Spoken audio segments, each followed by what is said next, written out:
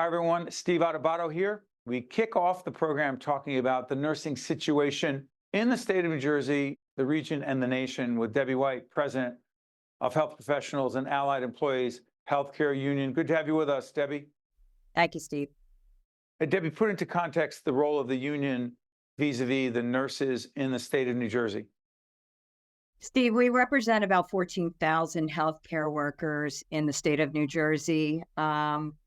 During the pandemic, everyone knows how traumatic it was for healthcare workers. For the next 2 years, though, we heard stories from members of a mass exodus. So instead of just hearing these anecdotal stories, we contracted with a research company to do a survey, and the statistics we found were alarming. 30% had left hospitals of the nurses. 30% of nurses have left. Since when? Since the pandemic began. Go ahead. More terrible numbers. Go ahead. Which are not numbers, they're people. So go ahead. Yeah, they are people. You're right. Of those that remain, that's 70%, 72%, they were considering leaving. But the most alarming statistic was that 95% of the nurses with 0 to 5 years experience said they were likely to leave their hospital jobs. Why, you might ask? New nurses? New nurses. Go ahead. Why? Number one reason, unsafe staffing. Number two reason, stress and burnout due to unsafe staffing. And I can tell you this, hospitals are struggling to retain the nurses they have because they will not continue to work in an unsafe staffing situation. Let me ask you this, and we'll have a whole range of healthcare professionals, folks who represent hospitals who may have a different point of view than what Debbie's sharing right now. But at the same time, the ranking member of the state Senate, when it comes to healthcare issues, Senator Joseph Vitale, who's the chair of the Senate Health Committee, has a piece of legislation that talks specifically and precisely about nurse-patient ratios. Debbie, what is the legislation and what would it do if passed into law to address the issues you're talking about? Well, the solution is passing this legislation. The name of the legislation is the Patient Protection and Safe Staffing Act. It's what nurses want. It will increase retention of nurses in our hospital.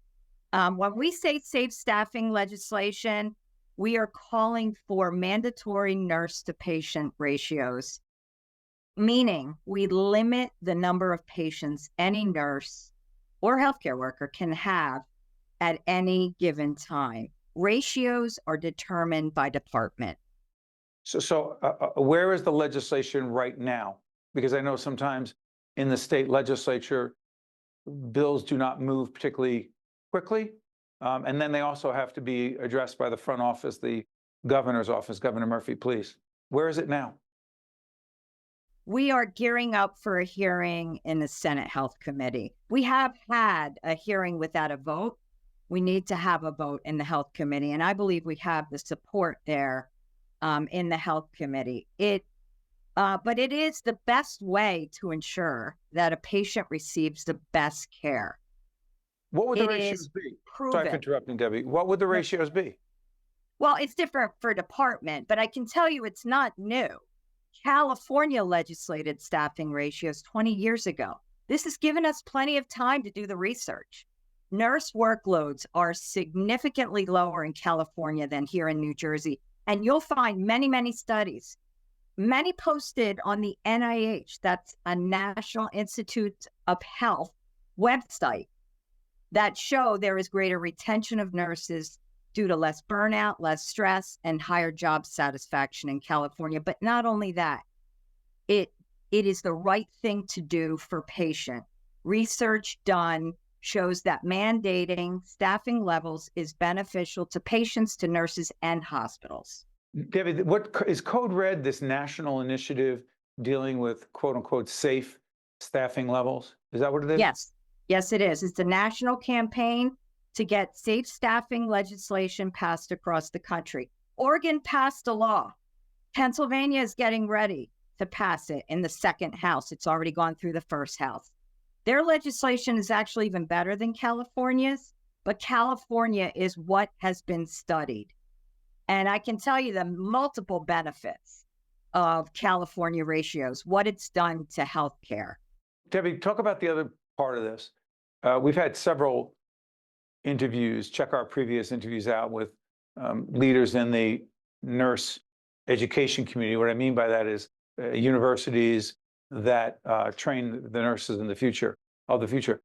What does the pipeline look like in terms of nurses or people who are going to nursing school in spite of everything you've just said, or in light of it? I don't know the reasons why people do these things, but my understanding is that a significant number of people are going into the nursing profession.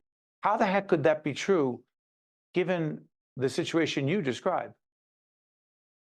They really are going into the profession. Yeah. But as soon as we recruit them into our hospitals, they leave just as quickly. Remember that statistic I pointed back to?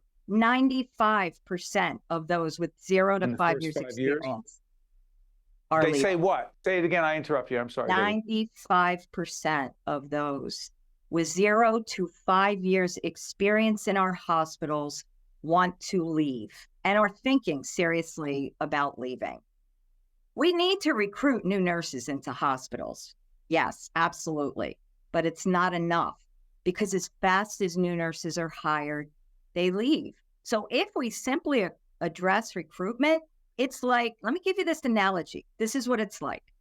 It's like pouring water into a bucket full of holes. As our hospitals hire new nurses, they leave just as quickly. And until we fix those holes in the bucket will never be able to be filled with water. The holes are what's wrong with our hospitals. The holes represent the unsafe staffing situation that our nurses are no longer going to work under. Final question. Pay for nurses part of the equation? Nurses pay is, it's always nice to have good wages. However, that is not the issue.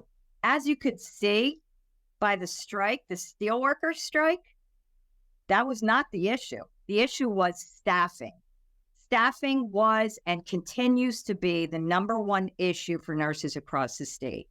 And let me tell you this, we have 5 contracts going into bargaining right now.